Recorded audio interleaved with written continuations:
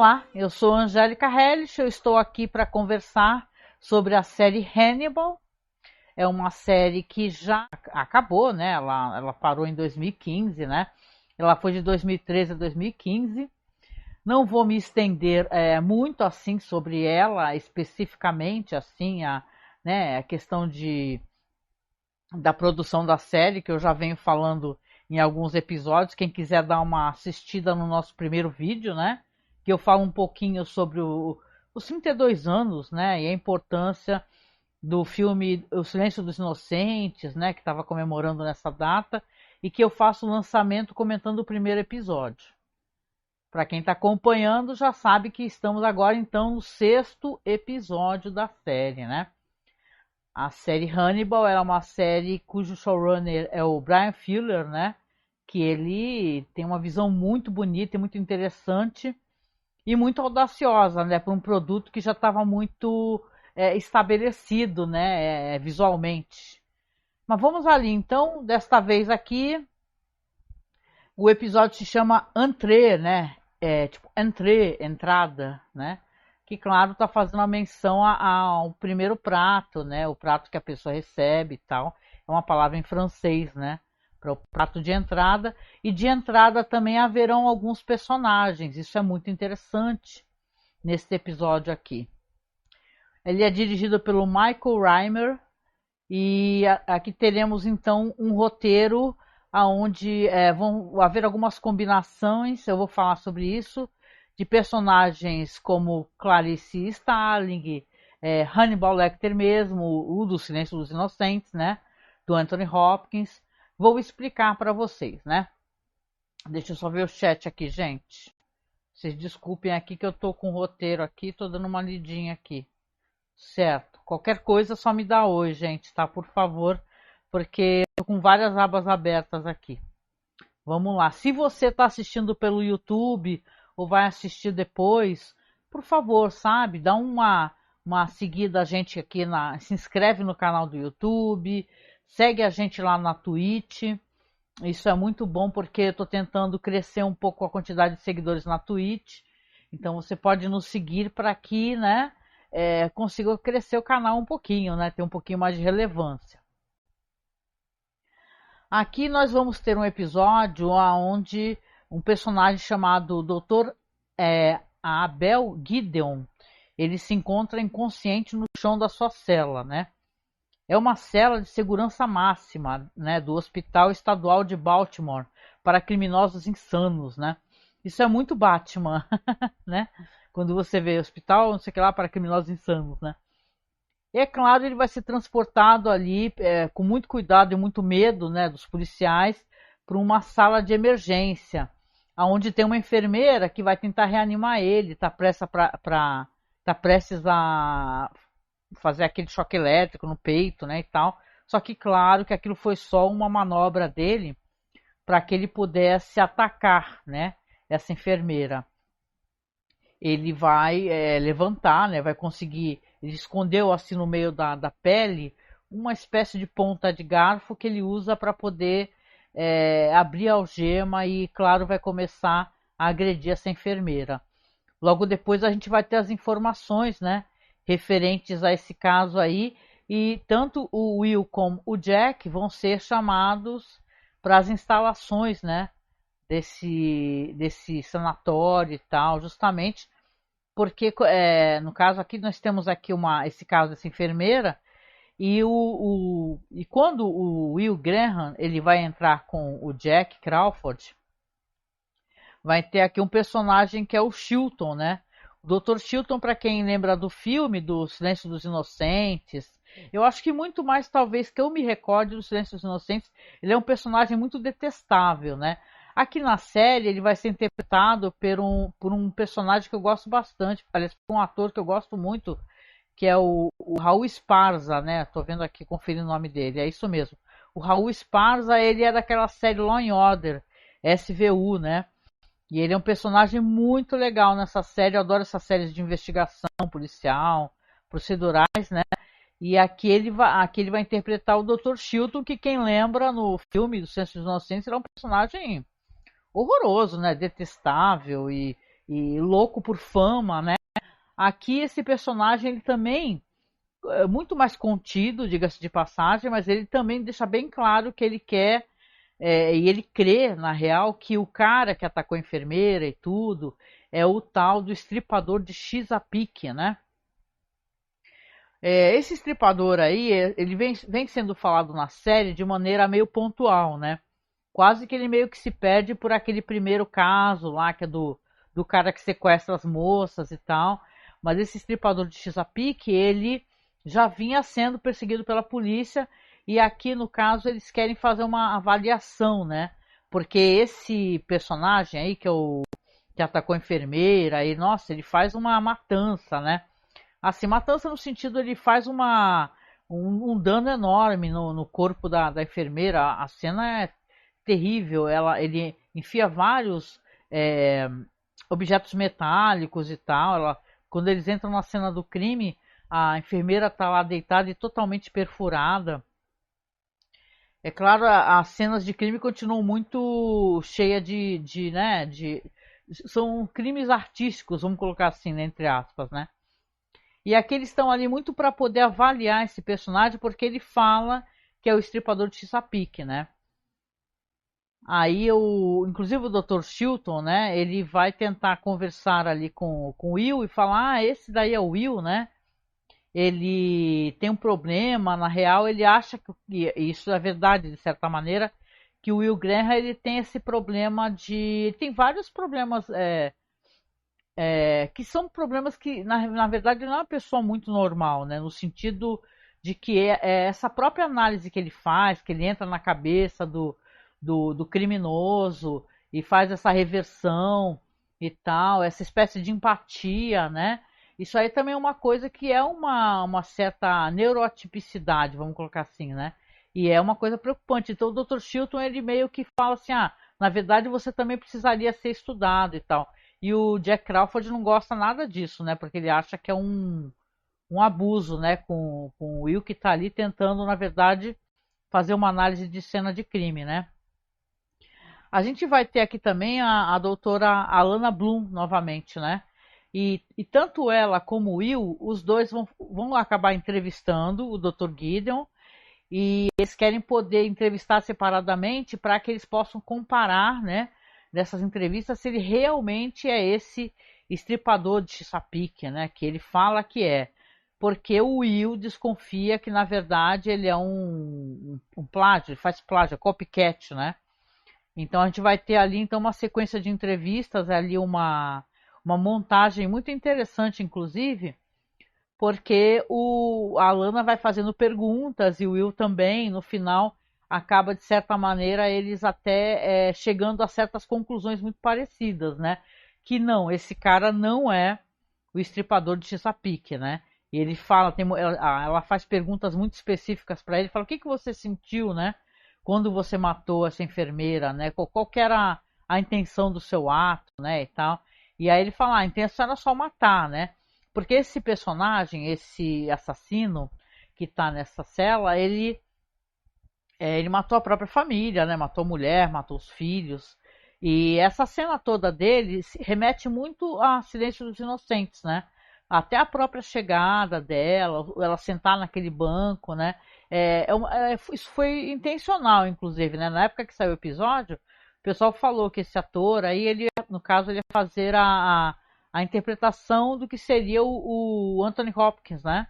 A série faz essa espécie de coisa, né? O nome dele é Ed Izzard, né? Esse ator. A série faz essa espécie de mashup, né? De brincadeira, de colocar coisas do filme, coisas da série. Eu falei para vocês aqui que teria a questão da Clarice Starling, né? Que não pode ser mencionada na série diretamente, essa personagem, por questões de direitos autorais da MGM, né? Que não é permitido que ela seja colocada. Então aqui você vai ter uma proto Clarice, vamos colocar assim, porque a gente vai ter acesso aqui às memórias do Jack Crawford, não é? Porque a gente vai descobrir que sim, havia uma jovem estagiária muito inteligente que ele acaba trazendo e conduzindo ela para a investigação, que se aqui no filme do Silêncio dos Inocentes você tem a Clarice indo para um local de crime, né? Quem recorda, né? Ela vai para um local de crime, tem essa coisa não é Fada dos Dentes, porque a Fada dos Dentes é do Red Dragon, né? Do Dragão Vermelho. A Clarice aqui no caso, ela no filme ela vai atrás daquele assassino, né? Que é o cara que tira a pele das moças. Aqui ela vai ser colocada dentro da investigação de uma maneira até mais, vamos colocar assim, a parte, na verdade, de investigação em si, meio burocrática, né? Ela fala que ele convida ela para entrar, fala que ela é uma melhor aluna e tal, e é muito interessante até como a cena mesmo é colocada, porque na real é muito parecida assim visualmente, sabe? Ela tá com o cabelo preso, né? Aqui é uma atriz que vocês devem recordar dela, porque é a Anna Schunsky é o nome dela. Ela faz a Miriam Less, né?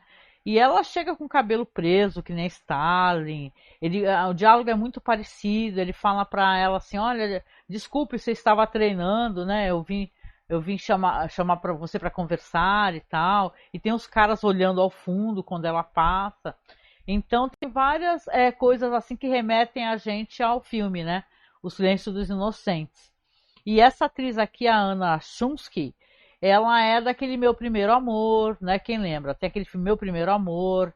Tem recentemente até ela participou daquela série Inventando Anna. Não sei se vocês lembram. Uma série até legal. Eu tinha assistido essa série aí, que é da moça que inventa, que é multimilionária e tal, e pega dinheiro de uma galera, assim, né? A série até é interessante, assim. Eu gosto. Então aqui ela tá fazendo essa Clarice, vamos colocar assim, né? Só que não pode ser Clarice, é a Miriam Less, né? E aqui, durante essa investigação, esse negócio do Jack, né? E ele vai ter muita questão da dor e da perda. Se for parar para pensar, claro que ele é um personagem muito questionável, né? Ele usa as pessoas, né? Ele manipula as pessoas. Interessante, né? Como tem vários manipuladores aqui, né? Tem o Hannibal é um manipulador daqueles, né? E o Jack Crawford é outro. Aqui ele vai ter essa questão da perda, porque a gente descobre que a Miriam Less, na verdade, ela desapareceu há 2 anos atrás. Tanto que é por isso que esse personagem que matou a enfermeira, o Dr. Gideon, ele fala que é ele, que era o estripador de Sapik e tal, porque na real a moça sumiu, nunca mais se teve notícia e nunca mais houveram pessoas, vamos colocar assim, mortas, né? Depois que esse cara foi preso, né? Ele já está 2 anos preso, ou seja, a Miriam Less está há 2 anos desaparecida também, e inclusive é dada como morta, né? E o Jack Crawford sente muita culpa em relação a isso, né? A culpa da perda, né? Porque ele encorajou ela a ir atrás e ela tinha umas anotações que ela precisava muito investigar. Ela tinha uma linha de raciocínio investigativo que ele até tem uma dinâmica assim com ela, assim, ele fala, não, volta para sua sala de aula, que você não pode fazer isso e tal. Mas você percebe até pelo comportamento dela na época, durante a investigação, enquanto esse estripador estava matando, né, que eles vão ver um corpo, que ela é muito sagaz, né? Ela faz uma leitura desse estripador, de Sapik aí, que você vai conseguir relacionar quando a série entrega quem é, né? Porque não é esse cara mesmo que matou, ele está querendo pegar fama, né? Porque essas histórias de serial killer, isso é muito triste para quem acompanha. Tem até uma certa relação, penso eu, com a quantidade de true crimes e podcasts, essas coisas relacionadas que as pessoas têm uma certa obsessão, é uma coisa que traz aquele instinto de curiosidade, né? Que eles querem ser famosos, né? Eles querem ser notórios, eles querem ser famosos, e é a intenção deles. Então, quando você pega um serial killer e você uma pessoa que fala que fez uma coisa que vamos supor, exemplo, um cara assume o crime de outro, eles acabam se enfurecendo, né? Eu já vi isso daí acontecer em outras ocasiões e em diversos filmes também, né? Mas o caso aqui é que a Miriam Les, então, está desaparecida há muito tempo. Ele sente muita culpa, né? E o Jack, inclusive, ele tem essa questão do arrependimento. E vamos lembrar que também tem a questão da esposa dele, né? Que na real ele tá. Ela não aparece, né? Essa atriz, inclusive, que faz a esposa dele no episódio. Ele fala que ela tá na OTAN, né? Que ela tá trabalhando, que ela tá bem. Só que ele vai no escritório do Hannibal e desabafa com o Hannibal, inclusive, mas ele quer meio que forçar a barra também para ele falar para o Hannibal falar para ele o que a esposa fala, né? E o Hannibal até fala, não posso, porque está dentro do sigilo médico-paciente, né? Então ele força a barra. Ele é uma pessoa, ele é um tipo de personagem assim.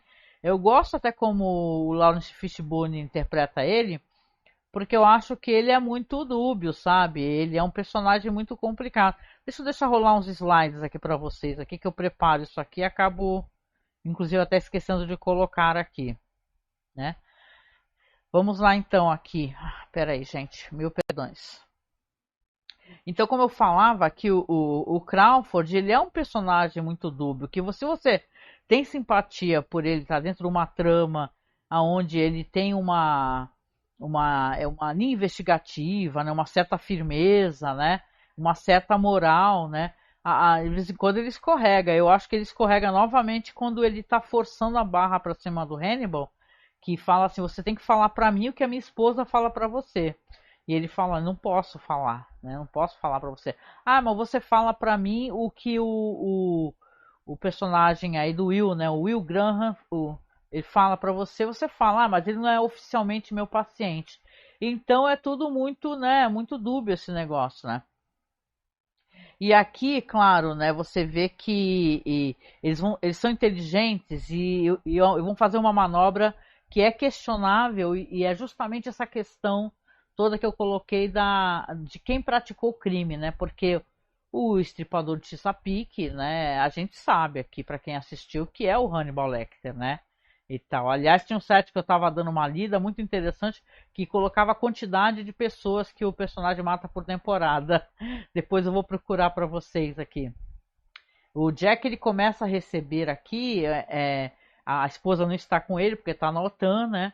Ele começa a receber a ligações que ele, com uma gravação da Miriam Les, né? Essa que era uma pupila dele e tal, que ele tinha mandado investigar, ela falando assim, ai como eu estava errada, socorro, não sei o que e tal.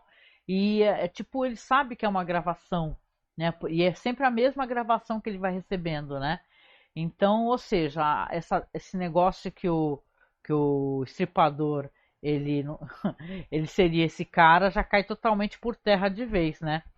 Mas o que eles resolvem fazer? O Jack vai conversar, vai junto com a Lana conversar com o Will e eles falam assim, ó, a gente vai tentar fazer uma coisa aqui que não é uma coisa muito ética, obviamente, né?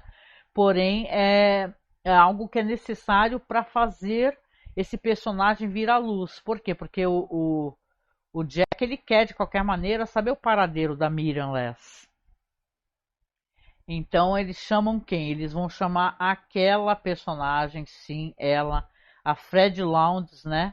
Que é daquele tabloide, né? Que fica falando de crimes e tal, que é uma personagem até muito dúbia, né?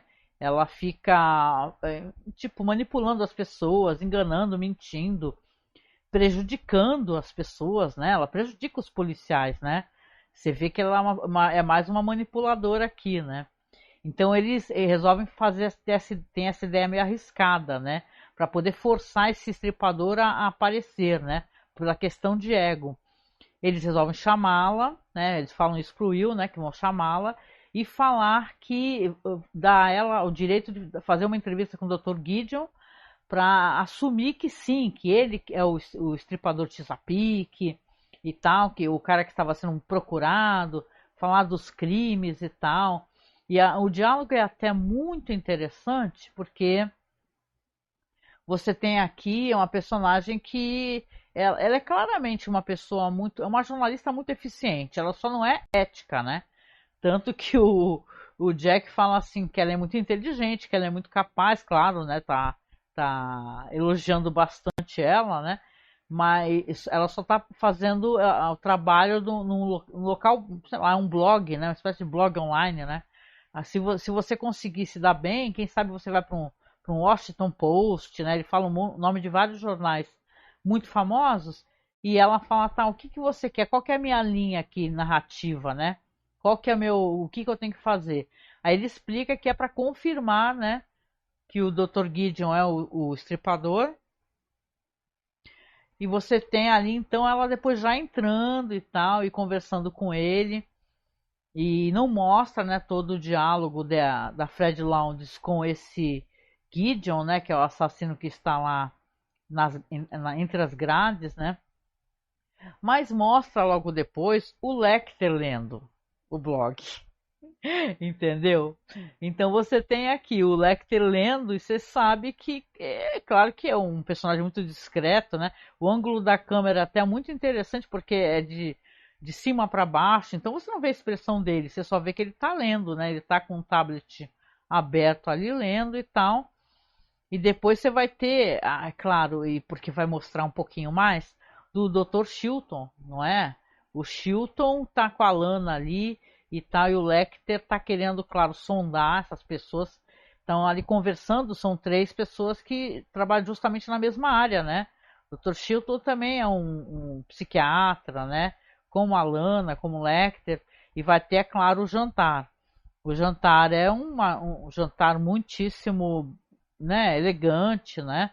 Você tem aqui mais uma comida que justamente ela remete a é um conceito muito interessante, assim, até que tem muitos estudos referentes a isso daí, porque até o design, né, do jeito como é mostrado os alimentos, né, tem na mesa dele tem uma espécie de uma montagem que parecem asas, né, asas e chifres, é uma fotografia tanto da sala como do que está na mesa, do que constitui os pratos, com cores muito fortes, né, você vê que é interessante, não? É uma espécie de cesto de pão, por exemplo, que parece que o pão ele está pousado em cima de asas, né? E eles falam ali que o jantar vai ser língua, né? Que até quando o Chilton acha divertido, né? Ele fala que antigamente os antigos romanos consumiam línguas de flamingo, né? E tal, aí no caso, claro, tem outras refeições ali, tem rosas açucaradas e tal, e é uma montagem toda muito bonita e muito elegante, né? E o Hannibal, ele pede licença e chama o Chilton, né? Falar para ele assim, você pode me ajudar a trazer aqui a sobremesa e tal? E quando ele leva o cara para a cozinha, ele já explica para o cara, fala, você meio que conduziu, né? Porque, claro, como é que o Gideon, esse cara que está preso lá, ia saber sobre essa questão toda do estripador de Chesapeake, ia querer assumir, ele foi, ou seja, o Chilton ele meio que conduziu o cara a assumir que é esse personagem para poder falar para as pessoas que ele tem como ele chama de um serial killer puro, né? E uma pessoa totalmente perigosa e que ele pudesse estudar e que de certa maneira também traria para ele uma fama, né, um sucesso. Então é interessante como esse personagem ele não está se preocupando com a questão mesmo de você conhecer e você estudar o paciente, sabe? Ele quer saber a fama que ele pode tirar, né? E nisso ele se parece muito claramente, né, com o próprio Chilton lá do Silêncio dos Inocentes, né? Vamos lá, então aqui temos a parte do jantar que eu mencionei que o Lecter até fala para ele assim, ele falou, eu sou muito mais generoso do que a Lana, né? Porque a Lana nunca iria admitir que um cara que é o chefe ali de uma ala psiquiátrica, ele assumisse que conduziu um paciente, né? Entregaria esse cara com toda certeza. Só que ele não consegue fazer o cara assumir que ele fez isso daí, o Chilton, né? Então aqui durante a investigação também é legal a parte da perícia, né? Porque aparecem, claro, as pessoas todas que trabalham ali junto ao Jack, a questão da perícia, que ele continua recebendo as ligações e, certo momento, eles vão verificar que, rastreando a ligação, que ela veio da casa do Jack, né? E aí eles conversam assim, como assim, né? Que o cara ligou de lá E isso tudo depois que saiu o negócio do blog, ou seja, aí aparece na cama dele, tipo assim, no lugar onde a esposa estaria dormindo, aparece um fio de cabelo loiro, comprido, que sim, é justamente como o fio do, como o cabelo da Miriam Less era, né, um cabelo loiro, quem lembra dessa atriz, né? E digitais dela, né? Em toda parte. Então eles falam, nossa, mas não é possível, né? E o Jack está muito perturbado, porque para além da evasão de privacidade, ele está tendo que lidar com a culpa, né? Ele levou essa menina à morte praticamente, né? Ele acha que levou à morte, né? Então ele vai, a série prossegue e você vê que aqui ele vai continuar recebendo ligações e tal. Só que uma dessas ligações, ela vai ter um número, né? O número vai aparecer no celular do Jack, né? Do Jack Crawford, e eles vão ter como rastrear esse número, né? E aí, meus amigos, que a série vai ter mais uma daquelas cenas que eu acho muito interessantes, no sentido que elas são muito perturbadoras, né? Porque você tem esses diálogos todos e tal, né? Você sabe até aí que o Gideon foi manipulado, né? E, claro, o Hannibal, fica claro pra gente que ele é o estripador, né? E ele não quer admitir de maneira nenhuma que outra pessoa assuma, né, essa espécie sei lá, né, de notoriedade que ele tem enquanto assassino, né? Mesmo ele não querendo revelar, né, o assassino que ele é, né? Mas quando eles vão lá fazer a rastreio da ligação, eles acabam chegando num local que na verdade é uma espécie de observatório abandonado, né? E aí quando o Will e a Beverly, né, que é aquela investigadora que é especialista em rastreio né, eu sempre dou um branco aqui porque ela é meio especialista em detalhes, tipo fios e tal. A especialidade é essa, né, essa espécie de análise e conversam sobre isso, né? Sobre como é que isso impactou o Jack, né? Falam que ela estava, na verdade, investigando cirurgiões relacionados e tal. Ela estava ali numa investigação e do nada desapareceu. Quando eles chegam no observatório, e isso é uma coisa bem. Nossa, isso aí dá uma coisa no coração, né? Você vê que o Jack toca, né? Ele liga para o telefone que ligou para ele e vai tocando lá dentro do observatório. Quando eles entram, o que, que acontece? Tem uma mão, um braço, na real, né, um braço inteiro, né, inclusive com um pedaço assim do osso, né, segurando um celular, né, e uma mão ali com hematomas e tal. Poxa, a moça sumiu faz 2 anos, né? Então, será, da onde que veio esse braço? Esse braço parece que está bem fresquinho, né? Diga-se de passagem, né? Ele está segurando o celular e o Jack faz aquela cara, né? E todos eles e é uma coisa bem bizarra, né? Porque inclusive ao lado tem um papel assim, o que você vê, né? Escrito nele, né?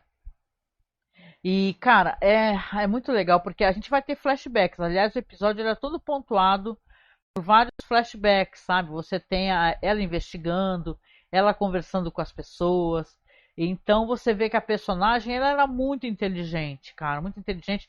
E é mó legal ela ser uma personagem que você relaciona com a Clarice, né? Porque a Clarice é genial, né? A Claire Starling, né? Aliás, eu lamento muito que aquela série lá não tenha dado muito certo, né? Teve uma série uma época, não sei se vocês lembram, né? Chamada Clarice. E aqui mostra como é que ela descobriu que era o Hannibal Lecter, né? Que ela aparece todas as cenas de flashback elas são meio preto e branco, assim meio são bem dessaturadas as cenas. E aí ela tá lá, ela pede licença para ele, entra na sala e conversa com Hannibal. Espero que eu tenha falado correto. Ela entra na sala do Hannibal. Aí fala que está fazendo essa investigação e fala que levantou uma papelada que descobriu que o Hannibal ele trabalhou em clínica geral no hospital, né? Antes de ser um psiquiatra ali renomado e tal, pelo jeito, né? Ele parece ser importante. Aí fala de um cara que desapareceu, que é um caçador, né? Que ele na real teve um ferimento grave, foi uma flecha que atravessou a perna dele. Então ela tinha esperança que ele recordasse por ser uma vítima assim de um ferimento muito específico, né? Muito chamativo, vamos colocar assim, né? alguém ter a perna atravessada por uma flecha, né? E ele fala que faz muito tempo que ele não lembrava muito bem, né, que essa parte de clínica geral ele fez por pouquíssimo tempo, né? E aí você recorda até que tem um momento, desculpa retornar, voltar atrás um pouquinho, mas tem um momento quando eles estão conversando, o Will, a Lana, o Jack, a Fred Lounds, ela fala sobre as tendências de carreiras que atraem psicopatas, né? Que fala que são médicos, policiais, jornalistas, etc. E o Hannibal ele fez clínica geral, né? Não à toa que ele entende tanto dessa questão de anatomia, né? Aí você lembra como ele é uma pessoa, porque eles chamam de são ele fica levando né, não é prêmios que chama, ele fica levando troféus, esse é o nome, troféus cirúrgicos, leva órgãos das pessoas, né? Depois você entende que esses órgãos é o que ele fica na real se alimentando e ainda servindo de maneira muito elegante ali para os amigos dele, né? Vai ter uma cena de banquete muito famosa nessa temporada aqui. E para resumir essa questão da Miriam Leslie, esse flashback que mostra quem o Hannibal você vai ter ela ali, ele vai falar assim, olha, eu tenho algumas anotações, se você quiser esperar, porque você saca que ela, na real, ela percebeu que ela ela vai conversando com ele sabe que ela sabe demais, entendeu? Sobre essa questão e está muito próximo dele, porque ela fala que viu a escala de trabalho, que ele estava naquela escala e tal. E não tem como ele ficar enrolando, ele sabe que ele vai ser comprometido de alguma maneira. Aí ele pede para ela, fala assim, olha, você deixa eu pegar minhas anotações, você fica aí, por favor. Aí ele sobe as escadas. Aí ela começa a passear, né, bem devagar, olhando a sala dele, olhando os livros e tal. E tem um momento que ela pousa o olhar nos desenhos dele, que são desenhos, né, maravilhosos. O Hannibal, se vocês lembram do filme, ele desenha maravilhosamente. E ela olha um dos desenhos, é uma espécie de São Sebastião que ele fez. Vocês lembram aquelas pinturas do São Sebastião ou esculturas, né, estátuas, que ele está todo cheio de flechas e tal? E se parece muito, ela recorda e faz a ligação mental com aquele personagem que ela estava analisando junto com o Jack, aquela vítima, que estava toda ferida e tal, que a posição dos furos e tal parecia muito na real com o que ele desenhou ali, né? Então, ou seja, ele meio que estava estudando aquele desenho, desenhando aquilo, e aparece uma vítima com os ferimentos muito parecidos com o que ele desenhou. Só que aí você vê por trás, o Hannibal desceu, tirou os sapatos, ele desceu, tá só de meia, e silenciosamente ele vem por trás dela, ele pega ela no pescoço e dá um mata-leão nela. Né, você vê que ele pega ela no pescoço e ela vai desmaiar. E aliás, é a primeira vez que a gente vê na série o Hannibal atacando uma pessoa mesmo, né? E tal. É um ataque assim muito preciso, né? E estranhamente, em nenhum momento você tem a impressão que ele não, o coração dele não deve ter acelerado os batimentos em nenhum momento, né?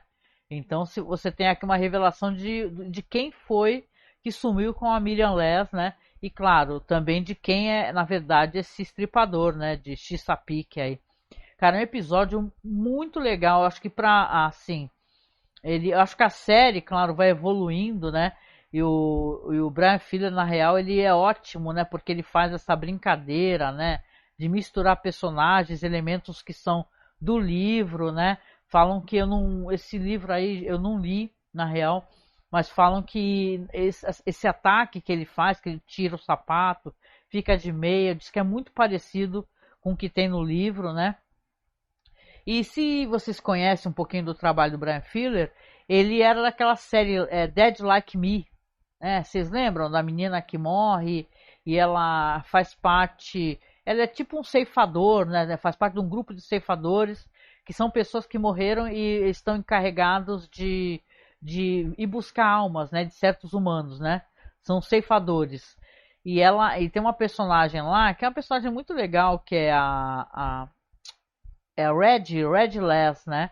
Que é justamente um dos personagens aqui. E ele meio que no Twitter ficou brincando que a Miriam Less, na verdade, se chama Miriam Regina Less, né? Então, que teria alguma relação com o personagem da série que ele fez, né, anteriormente, Dead Like Me. Mas é besteira, né, e tal. Mais para fazer uma relação com o próprio trabalho dele. O que não é besteira é como o pessoal trata, né, as histórias, que eu acho que elas são muito interessantes e, na real, eu acho que ficou bem legal como eles colocaram a Clarice aqui, sem colocar, né, porque eles não poderiam colocar. Então, o que eles fizeram? Botaram algumas coisas que faziam recordar. Ah, se alguém chegasse depois ao MGM e falasse, ah, você colocou a Clarice. Não, não coloquei, eu coloquei a Miriam Less, entendeu? Que ela entra do mesmo jeito com a Clarice, tem alguns diálogos muito parecidos, mas não é, né? E se vocês recordam no Silêncio dos Inocentes, o próprio ataque lá, que quando a Clarice Starling está entrando, né, o Chilton está descendo com ela, antes dela ir lá conhecer o Lecter, né, ele mostra uma foto, fala assim, ó, ele fingiu um ataque cardíaco e a enfermeira foi ajudá-lo e olha o que ele fez com a enfermeira. Aí ela pega, né, você vê a Jodie Foster, né, ela pega a foto e olha assim, fixamente, fala, caramba, né, meu, que... Você fica tentando imaginar na sua cabeça o que ele mostrou, né? E é uma cena tenebrosa, né, gente? Numa boa. E aqui na série você consegue ver, né? Porque até o momento que eu não falei muito sobre isso, perdão. Mas o momento que o Will Graham ele pega e faz a reversão, como se ele estivesse no lugar desse assassino, do jeito que ele matou a enfermeira, é uma coisa muito violenta, sabe? Ele afunda os globos oculares dela saca, é uma coisa terrível, né? Deixa eu ler o chat aqui, gente, mil perdões. Vamos ver aqui, agora que eu tô acessando aqui. O Abel Gideon é um psicopata fanfarrão. É o Marcos, né? Ô, Marta, boa noite, Marta. Agora que eu tô vendo o chat aqui, pra vocês verem, eu tô concentrada aqui, eu demorei um pouquinho. A Marta fala assim, boa noite, pegou o trem andando, mas cheguei. Estou acompanhando a live de Hannibal. Obrigada, Marta. O RD Neves, que é o Marcelo, né, Marcelo? Acho que o RDM Neves é você. Dá boa noite e fala aqui que o recrutamento da estagiária Miriam Less lembra muito, o recrutamento da Clarice Starling, Seus Inocentes. É uma referência meio clara, né? Eu acho que aqui ele quer falar assim, olha, aqui vocês não deixam usar Clarice Starling, mas eu vou usar de qualquer maneira. E a questão da condição médica que ele finge, né, também sim, é proposital para mostrar aquela cena que não é mostrada para a gente nos Silêncios Inocentes. O diálogo do Chilton, por exemplo, dele querer analisar o Will, diz que vem também do Dragão Vermelho, né, que o contexto é um pouco diferente, porque nos livros, né, ele está interessado, o Chilton, em imitar um pouco a habilidade do Will, né, de poder recriar essas fantasias, essa coisa de percepção, de empatia. Na série, ele parece estar um pouco, na verdade, interessado em estudar essa psicologia, essa neurose, né, do Will, né? E aqui, algumas referências que a série vai colocando com os filmes ou com a literatura do Thomas Harris, né? O Gideon, Gideon, não sei como é que se pronuncia o nome dele, que é esse assassino que é o copycat do Hannibal, ele esconde um dente de garfo sob a palma da mão dele, né, por baixo da pele, para poder abrir as algemas. E aí, se vocês recordam do filme Silêncio dos Inocentes, o Hannibal, quando ele está no Tennessee, e ele ataca aqueles guardas, tem toda aquela cena lá da polícia, né, que é uma cena fantástica, né, dia desse eu estava reassistindo O Silêncio dos Inocentes. É uma cena meio para fazer uma referência a essa outra cena, né? Cara, são várias coisas interessantes nesse sentido, assim, onde a série ela copia sem copiar, né? Eu lamento profundamente. As pessoas até falam, e é legal a gente falar sobre isso. Eu acho que a possibilidade de voltar a Hannibal, por mais que a gente goste, é bem difícil, porque as questões de direitos autorais realmente o pessoal não permite, né, utilizar. Eu acho que eles têm mais intenções à frente de fazer alguma coisa relacionada ao Silêncio dos Inocentes, né? Mas também se tu faz uma coisa assim, não chama um cara como esse, um Brian Fuller da vida, né? Eu até, o que vocês acham? Aí depois vocês me digam aí no Twitter ou aqui no chat. Porque a gente tinha no imaginário o Hannibal Lecter, né? Como eu comentei, tinha o Brian Cox, né? Nos anos 80, para quem assistiu Manhunter. Aí você tem o maravilhoso Anthony Hopkins, né? No filme Silêncio dos Inocentes. Aí quando mais. Ronaldo, Ronaldo. Boa noite, Ronaldo. Obrigado. Pensei que era Marcelo Neves. Ronaldo Neves. Muito bom, Ronaldo. Obrigada. Você acompanha a gente faz tempo, né? Obrigada por estar aqui também, viu? Aí para concluir o raciocínio, aí quando menos se esperou, em 2013 apareceu esse Hannibal Lecter, que era o Mads Mikkelsen, que também imprimiu uma personalidade muito forte, né?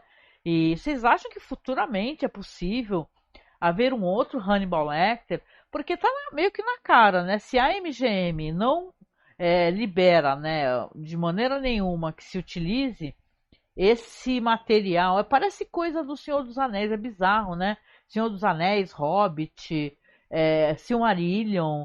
Quem lembra dos Anéis de Poder, né? A gente até gravou podcasts que não pode falar coisas do Silmarillion na série, porque os direitos não foram liberados. Parece uma coisa meio assim, a história fica com buracos, né?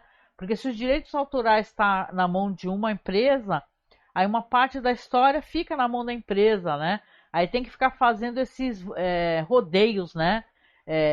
Sei lá, narrativos para poder falar de certos personagens sem falar, né? Então queria saber de vocês se vocês acham que futuramente é possível que exista um novo Hannibal Lecter, um novo Will Graham, ou então pior ainda, sei lá, ou melhor ainda, uma Clarice Starling, né? Porque é de se pensar, né? Porque se eles estão segurando, eles querem fazer alguma coisa. Não é com essa série Clarice que eles colocaram, porque eu tava assistindo e na real não consegui nem terminar a temporada. Eu achei a série muito chata, né? Não sei se é porque a gente já tem no imaginário essa série aqui, que ela tem toda essa questão visual, né, de roteiro muito rebuscado e muito bonita, para você pegar uma outra série que ela é mais um procedural sem muitos elementos, né? Sei lá, não estou reduzindo, não terminei de ver, né? Teria que terminar. Mas eu fico pensando aqui, né? Será que é possível no futuro? Respondam aí, né? Pra mim, né? Mas então, achei o episódio excelente mesmo. Assim, se eu fosse dar nota dele de 1 a 5, daria 5 total. Eu acho o episódio maravilhoso. Adorei a escolha do Dr. Chilton, porque é legal você ter aqui um personagem que não é uma, como é que eu posso dizer, uma caricatura, né? Porque, claro que o Chilton é proposital mesmo ele ser um personagem asqueroso. Quem lembra do final do Silêncio dos Inocentes, o Hannibal tá atrás dele, cara. E você sabe que ele vai se ferrar, né? E aqui o Chilton também vai se dar mal. Mas o Raul Esparza, como o Chilton, ele está ótimo, porque é muito mais contido, né? Ele é muito mais analítico, né? E isso é interessante, né? Eu acho que meio que evoluiu aqui. E eu quero ver o que vai acontecer no futuro, né? Eu não recordo direito com essa questão da Million Less, que é interpretada pela Anna Chancellor, né?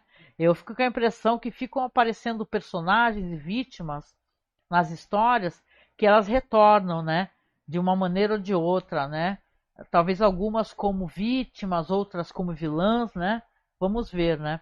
E eu quero saber, né? Porque agora que eles alimentaram a Fred Landes, essa personagem, ela vai aceitar continuar não falando sobre eles, porque o Jack Crawford ameaçou ela, falou assim: eu vou prender você se você escrever mais alguma coisa sobre o Will e tal. E agora eles chamam ela para escrever uma história e depois não vão mais permitir que ela se meta nos assuntos, né?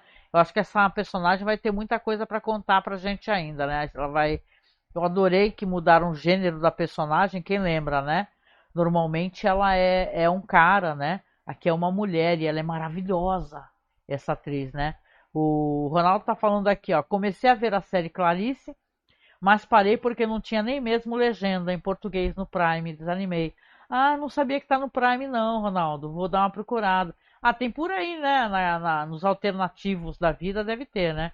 Eu lembro que eu comecei a assistir, acho que eu assisti uns 2 episódios, mas assim, com todo respeito à atriz, eu acho que não fiquei muito interessada não, né? Mas eu posso até retornar, né? Já que eu tô fazendo esse podcast aqui, né? Deixa eu tirar aqui os slides aqui. Então é isso, né, gente fina? Acho que a gente conversou um pouquinho aqui sobre o Entrée, né? Olha que chique, né? Que é o Entrada. E é um episódio maravilhoso, gente, que eu assisti uma vez legendado e depois, acredite se quiser, foi assistir dublado, porque eu também não concordo assim com a dublagem, nem todas as vozes ficaram legais. Eu acho que a do Hannibal, por exemplo, ficou péssima. Mas eu gosto de assistir dublado assim, a segunda vez só para prestar toda a atenção possível na parte estética mesmo, né? E só falando aqui que o episódio foi escrito por um cara, deixa eu ver, tem um nome tão diferentão, é o Kai Yu-Hu, ó, é um roteirista que nunca ouvi falar, mas adorei o nome dele, é o Kai Yu-Hu, é o Wu Kai-Hu, na verdade, né, porque é um chinês, né, e tá invertido, né, e olha só que legal, ele fez, deixa eu ver, ele é roteirista de alguns episódios da série The Flash, e de uma série chamada Ghost Bride, né? Esse diretor aqui, na real, eu não conheço muito o trabalho dele, né? Do diretor anterior, mas eu gostei pra caramba. É um episódio que eu acho que vale a visita mesmo, sabe? Episódio bonito, interessante, coloca personagens na história, né? Ou seja, vai ficando cada vez mais complexo, né? Aí deixa eu dar uma olhadinha aqui, eu tava falando pra você do diretor. Pelo que eu estou explorando aqui, ele é um cara que ele dirigiu alguns episódios de Battlestar Galactica. Olha, bastante coisa, hein? Ah, essa série nova, que eu não gostei, gente, é Picnic at the Hand Rock, que é baseado num filme, nossa, maravilhoso. Essa minissérie aí, que é até com aquela moça lá do Game of Thrones, tá ligado? Que é uma maravilhosa atriz, assim, mas uma série que, pelo amor de Deus. Ele dirigiu também alguns episódios do Homem do Castelo Alto, olha, Jessica Jones. Ah, ou seja, tem bastante coisa, cara. The Killing é um diretor de séries, bastante séries aqui. Inclusive, pelo que eu tô vendo aqui, diretor de séries hypadas e tudo, ó. Que legal, só que sinceramente eu não conhecia o trabalho dele, é um diretor de séries. Mas é isso, é um episódio interessante, o Entrée. E chegando no finalzinho aqui, primeiro, claro, eu sou muito grata a quem está aqui acompanhando a gente. Muito obrigada a gente, né? Eu dando uma de, né? Tô aqui, ó, meio serial killer aqui, ó, dupla personalidade, brincadeira. Mas aqui eu estou, né? Agradecer a Marta, o Ronaldo, o Marcos que apareceu para dar o apoio, né, Marcos? Obrigada. Obrigada a todos vocês e então eu vou aqui encerrando, mas eu vou, claro, dando aquele recado, né? Quem puder, por favor, participa da nossa campanha, que a gente está tentando arrumar um computador novo, né? Eu sei que parece um disco arranhado, né? Chato, né? A pessoa vai ficar repetindo, mas é importante no sentido de que sem o apoio das pessoas a gente não consegue, né? Então, quem puder, dá uma clicada aí no apoio, né? Porque tá no meu Linktree, tá aqui no canal do YouTube. É só clicar na descrição que tem todos os podcasts, as nossas plataformas de apoio. Tem no Padrim, tem no Apoia-se. Tem Pix, gente. Eu até fiz aqui uma parada do Pix, nem coloquei, né? Mas a gente tem Pix. Você pode, se você não puder apoiar mensalmente, tiver como, claro, né? Para quem pode, né? Apoiar via Pix, a gente está fazendo um sorteio. Quem doar a partir de R$ 10 vai ser sorteado uma arte muito bonita que o Marcos fez, uma ilustração, né? Que a gente vai sortear e vamos enviar para quem ganhar enquadrada, emoldurada, né? Então, Marta, obrigada. A Marta está agradecendo, falou que nós é que temos a agradecer. Eu que agradeço, Marta. Sem vocês não teria nem sentido eu estar aqui, viu? Muito obrigada. E é isso, né, gente? Chegando aqui aos finalmente, então, quem puder, apoia a gente, que eu fico muito grata. A gente consegue passinho por passinho, né, comprar as peças do PC para poder montar esse computador. E aí eu vou ficar aparecendo em vídeo, né, para quem quiser ver minha cara feia, né? Que esse computador ele não aguenta de jeito nenhum colocar o webcam, ficou a coisa mais bizarra do mundo quando eu tentei. Então tô só agora com fotinha, slide, né? Trabalhando com o que eu consigo. Vai ser mais fácil para eu poder publicar os podcasts, renderizar os vídeos. Então, quem puder, nos apoie. A listagem das peças todinhas também está no link logo abaixo, aí nesse link que tem tudo, tem os podcasts. Lá no finalzinho tá com o meu amigo Alan. Alan aqui na Twitch, só para falar do Alan, que ele é muito querido e é um grande amigo, é o tio Alan, o Alan aqui na Twitch, viu? Ele é um amigo muito querido, tá me dando muita força, me dando orientação, né? Para poder montar esse computador. Eu sou muito grata, se ele estiver escutando, beijo no coração, viu, Alan querido, tá? E a gente vem encerrando aqui com muito carinho, com muito amor, desejando o melhor para vocês, viu? O melhor. E quinta-feira, se vocês puderem, apareçam aqui, 9 da noite, que quinta-feira é a vez do Marcos contar uma história, um falso crime, né? É a nossa brincadeira que a gente colocou o nome de Caô Crimes, que a gente tem que inventar um crime falso com alguns elementos, né? Que a gente sorteia na hora, tipo arma do crime, local, época, e acaba se tornando, de vez em quando, uma coisa muito engraçada. Às vezes vai pro lado do terror, às vezes fica uma coisa meio séria, né? Interessante o que está acontecendo aqui. Tem sido um ótimo exercício. Então, quinta-feira, é toda terça e quinta, nós estamos aqui no Twitter, tá? Na Twitter não, na Twitch, gente. Para poder fazer um programa para vocês diferenciado do que a gente faz lá nos podcasts. Que para quem não conhece, nós somos um podcast de cinema, né? Então a gente faz um estudo, uma pesquisa cinematográfica. É só você clicar que a gente tá um tempão, cara, no ar e tem bastante material para você ouvir e aproveitar, tá bom? Com isso eu desejo para vocês uma ótima noite, um beijão e a gente se encontra então na próxima quinta-feira, tá? 9 horas da noite, certo? Beijo Marta, beijo Ronaldo, beijo Marcos, em até, gente, boa noite.